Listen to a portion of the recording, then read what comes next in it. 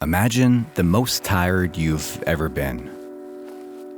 Think of a time when you were stiff and sore, your feet swollen. A time when you were hungry, but you didn't want to eat. Your vision is blurry, your eyes half shut. You're loaded with caffeine, but struggle with every ounce of your being just to keep from falling asleep on your feet. That's how it feels after days of continual motion. And I swore to myself that I would never try to do it again.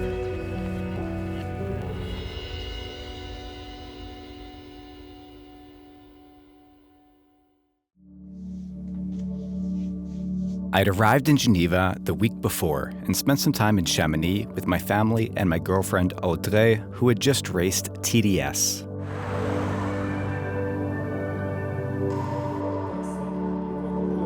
Now it was time for my own adventure.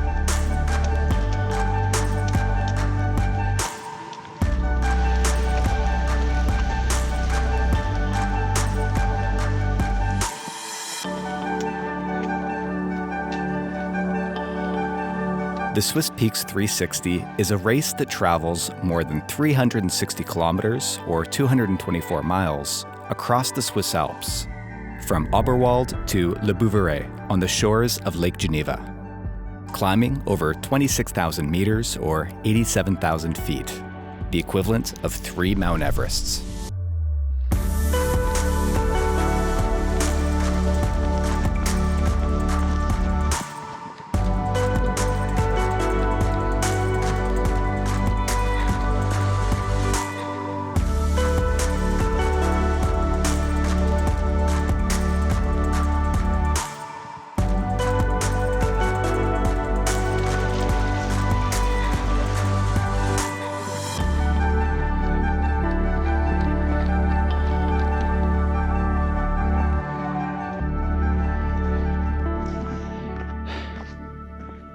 So we're about 3 hours into the race. I'm feeling good, the body's moving well, the pack is fitting as it should. It feels very humid. I think we're about to get our first showers actually. Potentially some thunder showers here, we'll have to see. So far, the views are absolutely incredible. The trails are amazing. Having a great time so far.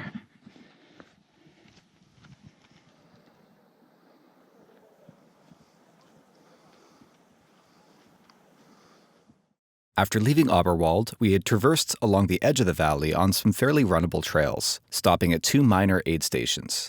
We were now about to begin our first big climb before descending to Fiche, the first major life base.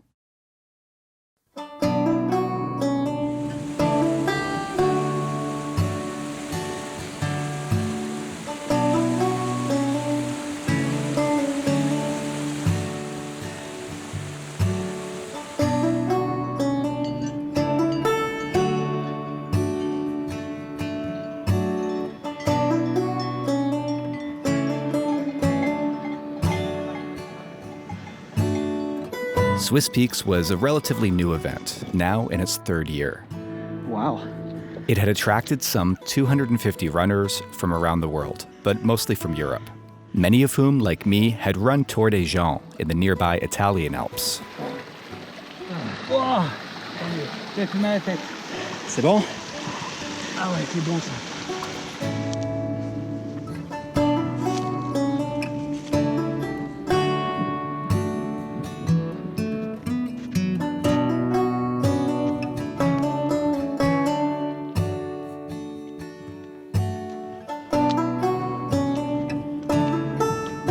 going.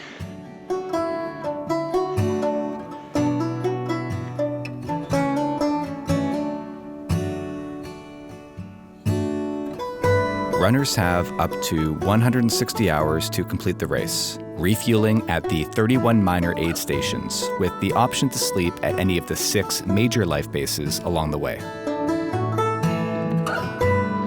My goal would be to finish in between roughly 100 to 120 hours, sleeping around 6 to 7 hours over the 5-day period.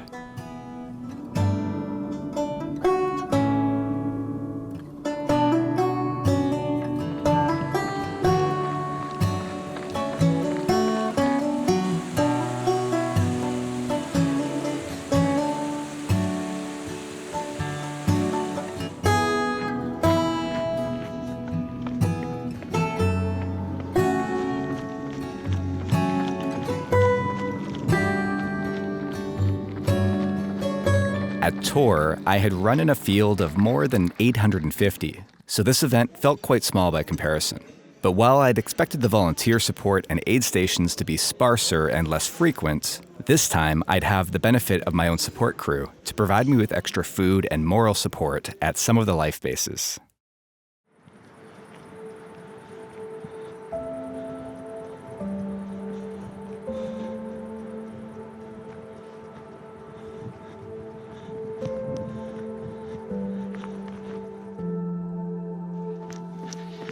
All right, so we are about 8 hours in. I've covered 55K and about 3,300 meters of climbing, and roughly the same amount of descent. I'm feeling pretty good. I just left the first of the major life bases. I'll be seeing those every 50K or so, and had a nice meal, had some pasta and some rice and some caffeine, some coffee, and yeah, I think I feel pretty good. I think I'm ready for a night ahead. There are some thunder showers in the forecast though, so we'll have to see how this goes. It could be a wet one, but that's okay. I've been there before.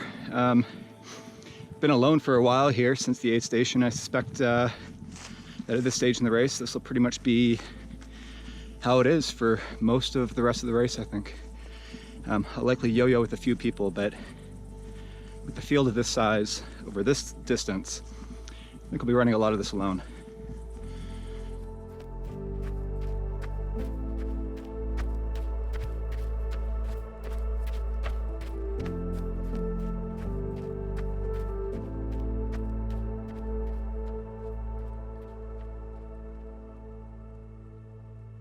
I now faced a long stretch with several large climbs, taking me through my first night, which I would mostly spend alone. September is shoulder season in the Alps, so fortunately the mountains were snow-free as we began to reach altitudes above 2,600 meters. We passed 3 more small aid stations before finally arriving at Eisten at the 109-kilometer mark, where I'd planned to take my first short nap.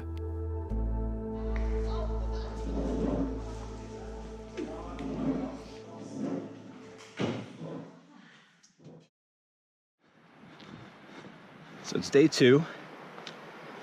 I just left the second major life base in Eisten at the 109-kilometer mark.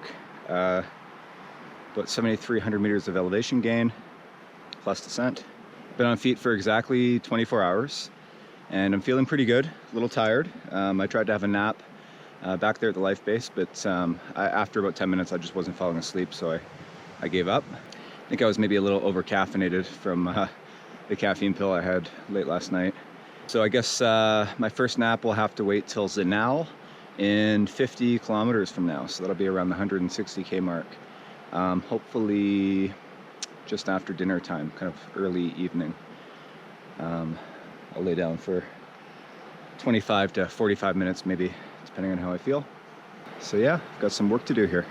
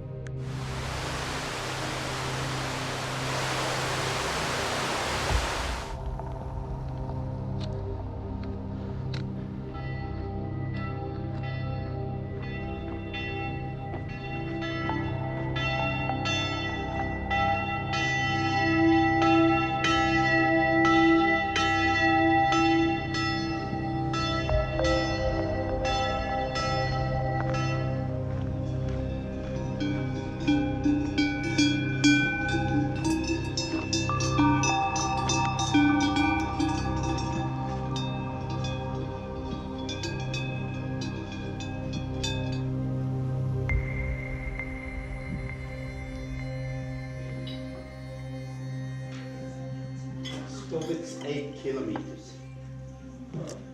Next drop.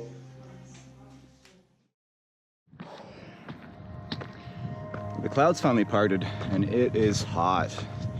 It's humid. I'm trying to drink as much water as I can. It feels like the heat's just kind of coming out of the valley.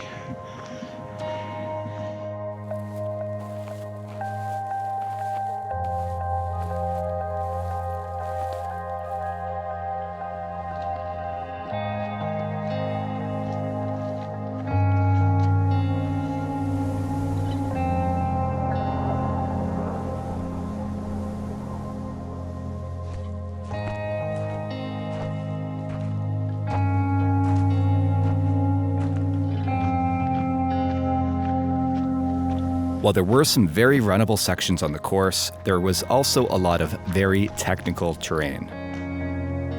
In fact, this race may have had some of the most technical terrain, and certainly more of it, than any race I've run.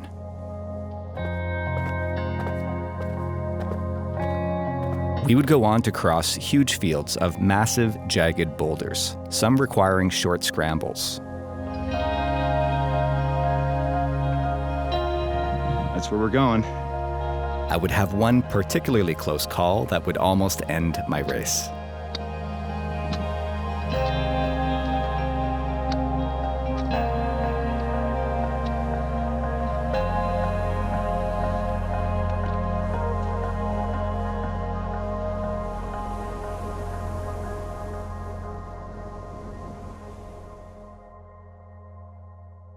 Having covered another 50 kilometers while climbing through several mountain passes, I arrived at Zinal, the third major life base, now close to 38 hours into the race. And it was definitely time for my first nap.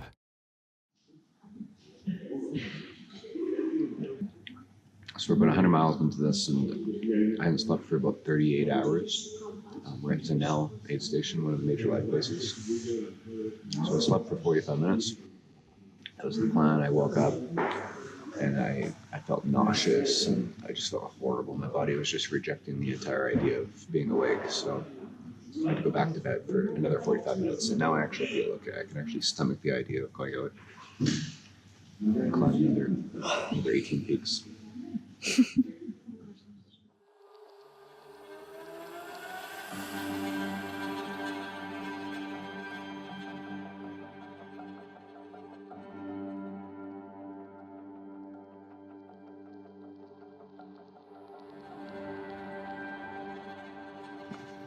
So it's early on day 3. Now that the sun's coming up, I'm actually starting to wake up a little bit. For the last few hours, I've just been zombie marching. Pretty sure I was actually sleepwalking. In fact, I think I slept through most of the last climb. It was quite cold. I had to put on pretty much everything I had, including my tights. But looks like it's going to be a beautiful day.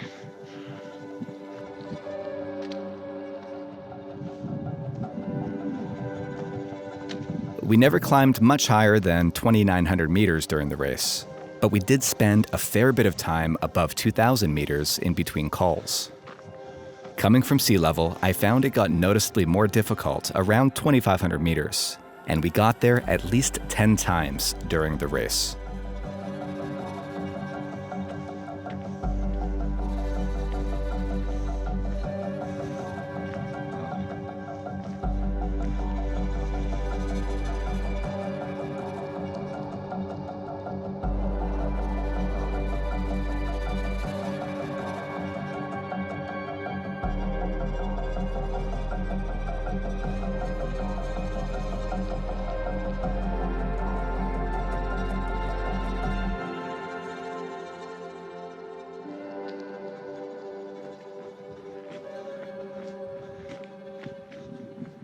So I just left Lesage aid station, which is exactly at the halfway point, 180 kilometers. So just gotta do it all one more time.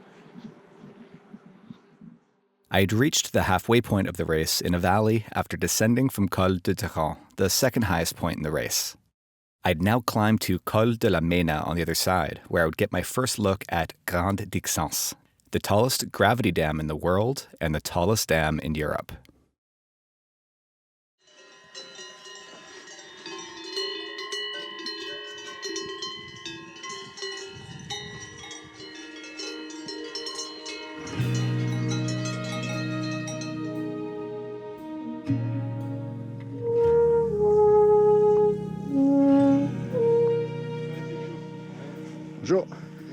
With up to 20 kilometers between aid stations, we'd often go hours at a time without support. I carried plenty of food, but I had to start using a water filter pretty early on to avoid having to carry more than a liter of water at a time. Man, it is so hot and we are totally exposed out here. A lot of the water was coming right off the glaciers and probably didn't need to be filtered, but you'd be surprised at just how high the livestock here can graze.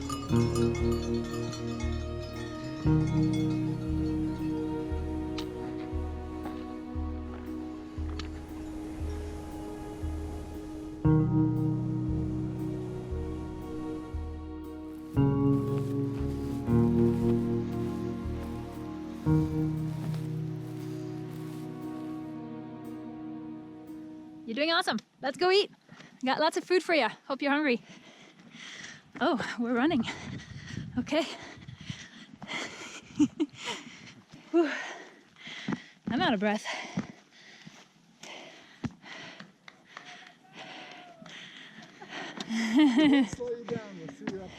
Okay, we're jogging.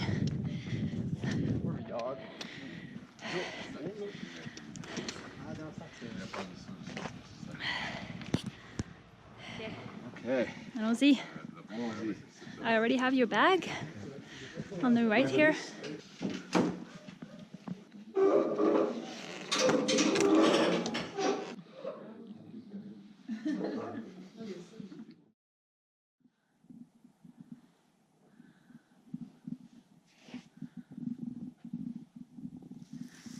Okay, let's go. Did you have a good nap? Yeah, it was okay.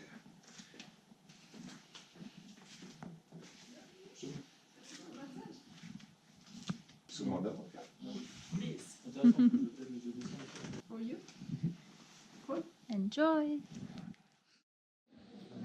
Have a good trip. Thank you. Bonne continuation. Merci.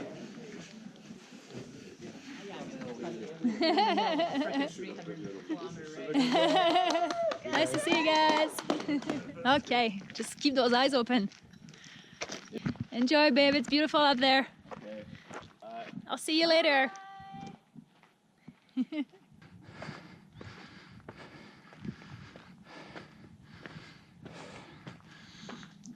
So I spent a little bit longer than I'd hoped at that aid station, but I ate almost a whole pizza, ate some watermelon, yogurt, had some coffee. I slept for an hour, and I had a massage. So I think I'm set up for success for the back. What do I got? Like 2/5 of this thing. So we'll see. I still got a lot of work to do.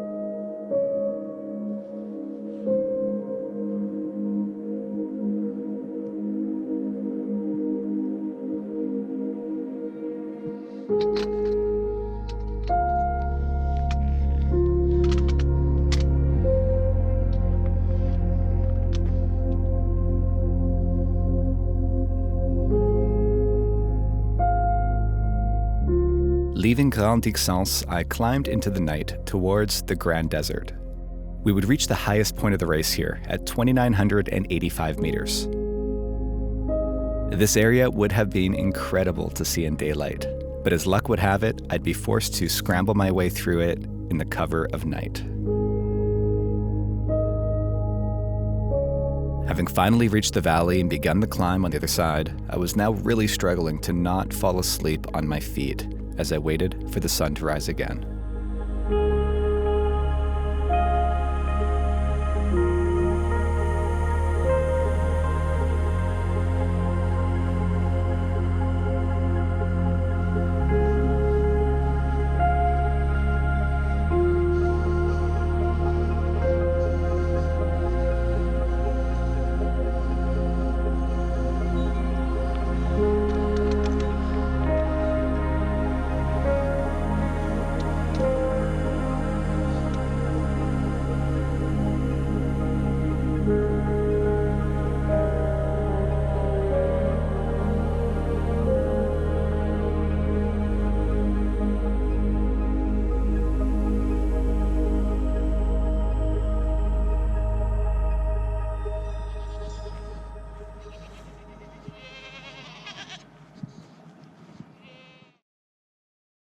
My next stop was Champé, our fifth major life base, which was set up in a series of large tents left from UTMB the week before. I had an hour-long nap here, followed by another quick massage and a good meal. Okay. I got it. All right. Merci beaucoup.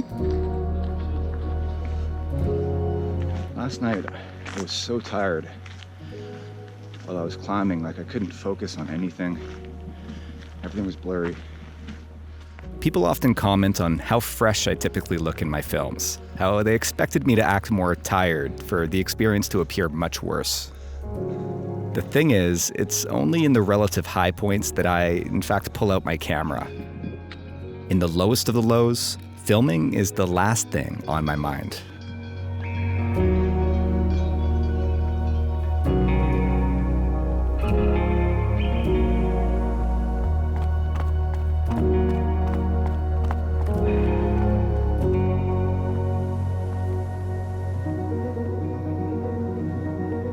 I was still feeling pretty good as I climbed from Champé up and over to Finot.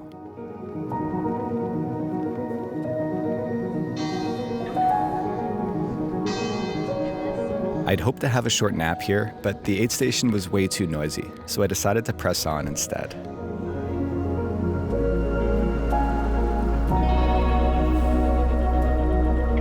The first 50K of the race had taken me less than 8 hours. But not long after leaving Finot, I encountered a section of trail so steep and technical that it took me close to 10 hours to complete just 18 kilometers, in total darkness and without aid. When I finally arrived at the remote aid station located on a huge dam, I was totally exhausted. After taking an hour-long nap, I knew I was still in no state to continue over the next big climb in the dark, so I slept another hour in order to wait for sunrise. I woke up worried that I'd have lost quite a few positions, but it turned out that no one had passed me while I slept. The couple of runners who had arrived were still fast asleep themselves. Well, I slept a little bit longer than I probably should have. I slept 2 hours. I woke up after an hour. I still felt quite tired. So I went back to bed, and now the sun's coming up. I just feel a lot better, so even though I probably wasted an hour, I don't know. I don't think I regret it. I might regret it later, but for now, I'm happy I did.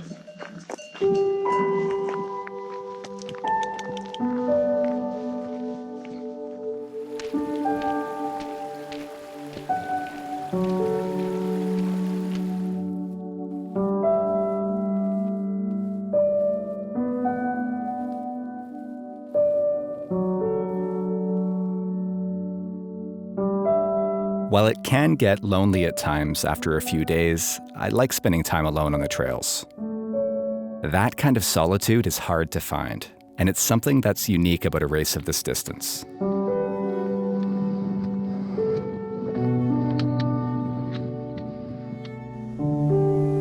When I was near other runners, I took every chance I could to practice my French. But at times, we'd simply move along together, suffering in complete silence.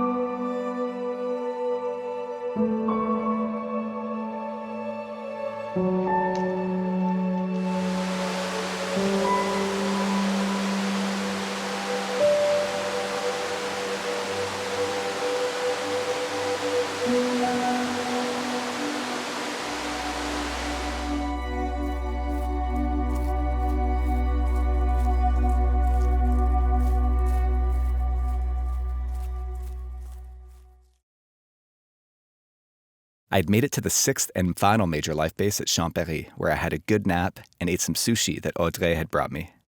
It was there I met a runner whose feet had swelled up so much that he could no longer put on his running shoes. Cross the street and then you go up that road across. Okay. Okay. Bye. Bye. So instead, he put on a pair of sandals, which he wore for the remaining 90 kilometers of the race. Pourquoi j'ai ça? Parce que j'ai les pieds qui rentrent plus dans les chaussures, normal.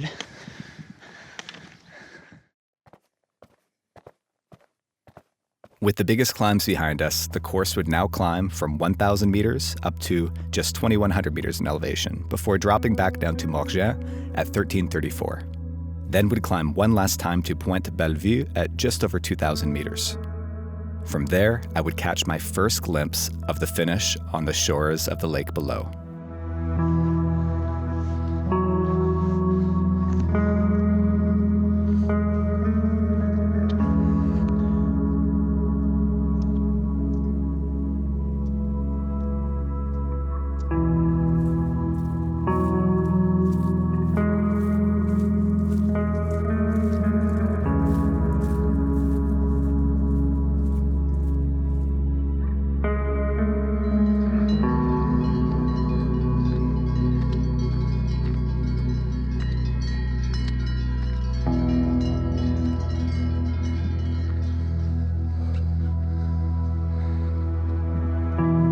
There comes a time in a race like this when it feels like the end may never come.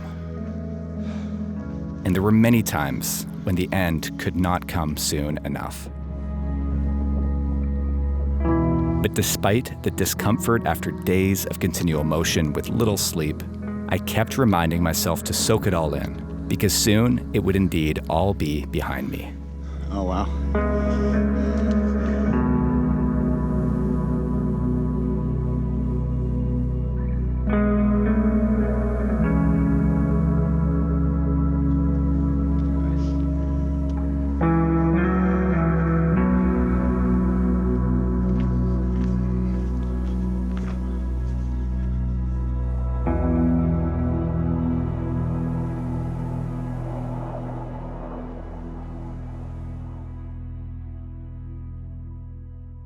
All that was left now was to follow the ridge along the French border some 30 kilometers to the finish at the marina in Le Bouveret.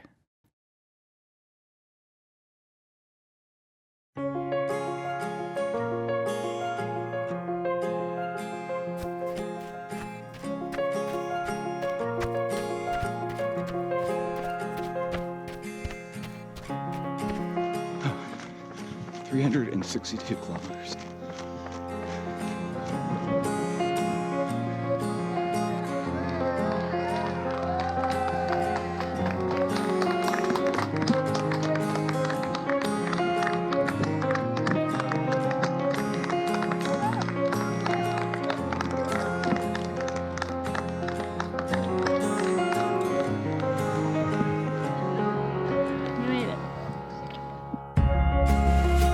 I finished the race after 113 hours in 19th place overall.